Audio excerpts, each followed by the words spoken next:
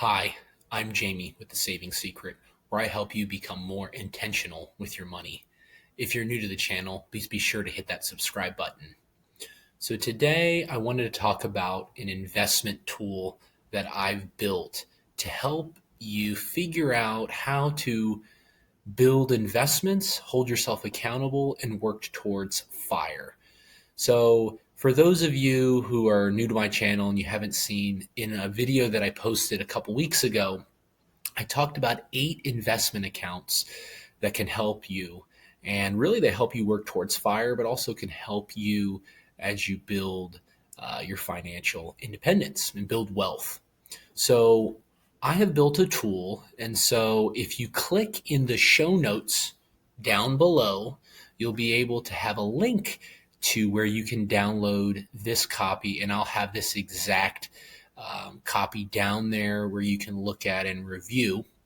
So go ahead and click in the show notes below and click on that link where you can get that description. Once you click on that, you will be brought to this part where you'll be able to either download a copy, or you can open with Google Sheets. You can do what you need to, but I would encourage you to download this file. So once you've downloaded the appropriate file, let me walk you through a little bit what I've done. So if you scroll down to this investment by year, what I've done here is I've listed out those different places where you can invest.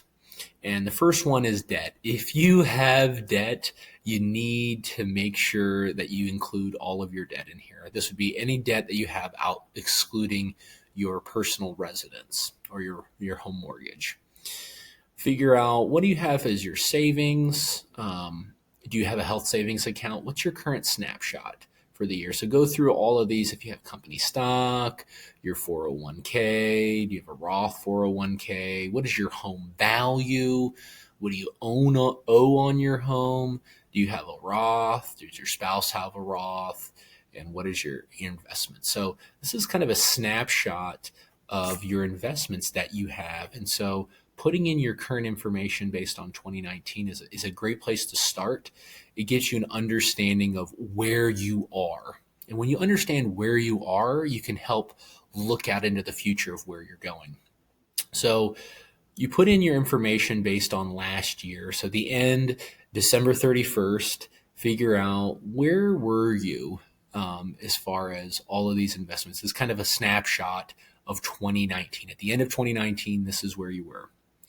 So then you can look at and say, moving forward, what do I project that each of these particular accounts will do in investment? So for savings, if you have a high yield savings account, you put in that interest there. If you have a health savings account, and some of that money is in your savings, you have a portion there. If you invest your HSA, which I think is very important, you should put your percent that you will expect from your return from there.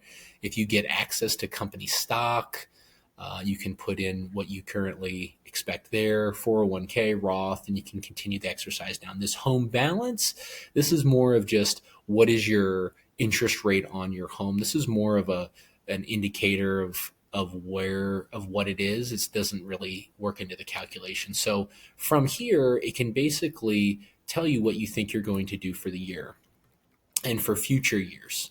But then if you scroll back up here, so it gives you before we go down up there, I want to explain that this is your net worth as of 2019.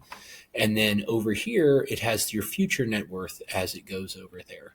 But what it does is it takes and understands where you're at today and what you're able to contribute in the future. So I want to spend most of my time focusing on the top portion here. And this is your contributions by year. So over here, these are some of the limits that you can contribute to each of these particular accounts. So obviously there's no limit on what you're able to pay on debt.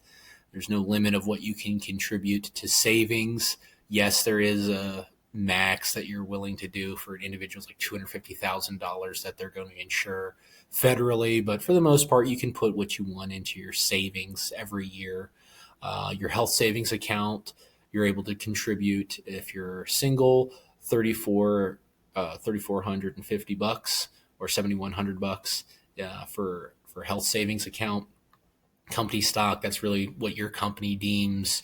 Your 401k is 19,500 if you're under the age of 50. If you're over the age of 50, you can add an extra 6,000 to that, and then your Roths down here. So those are just understanding what the current max situation is. Again, it's good to do a little research and figure out what did you contribute last year as kind of a placeholder to understand what did I contribute to last year. Again, it's more of just a reference point, but it can help you figure out for future ones.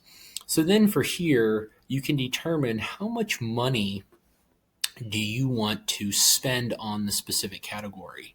So if you have debt, again, you'd want to make sure you contribute money towards taking care of that. So again, putting money here. If you don't have a fully funded emergency fund, you might want to build up your savings there. And then you put in different monies here.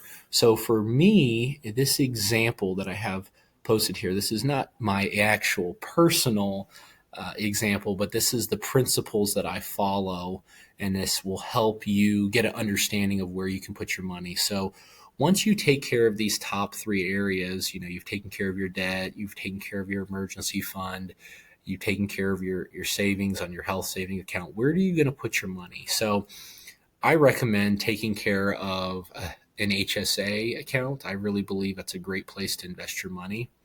Then take care of, if you have some huge benefit with your company where you get a reduction in price for company stock or anything like that, it may be something worth considering.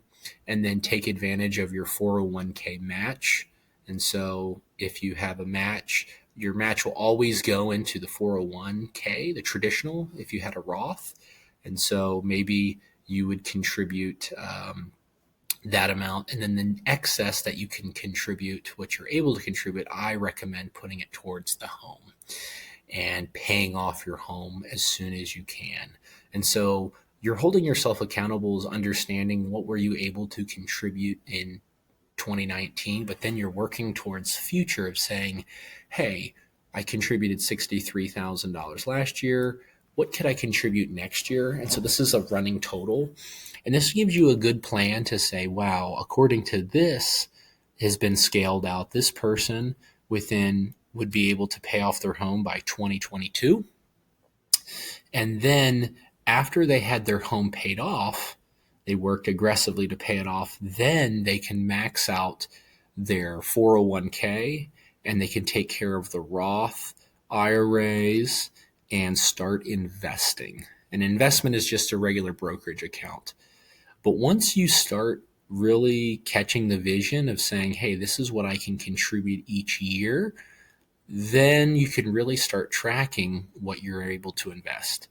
A few things I would call out on here, a couple assumptions that you can make is that the 401k contribution has increased by $500 each year. So yes, you notice the max is at 2020 is 19,500. So it would be, the assumption would be 20,000, 20,500, 21,000. And you see the increase per year that they have there on what you can contribute. If you notice for the IRAs here, you notice, hey, there's 12,000. I thought you said the limit was 6,000.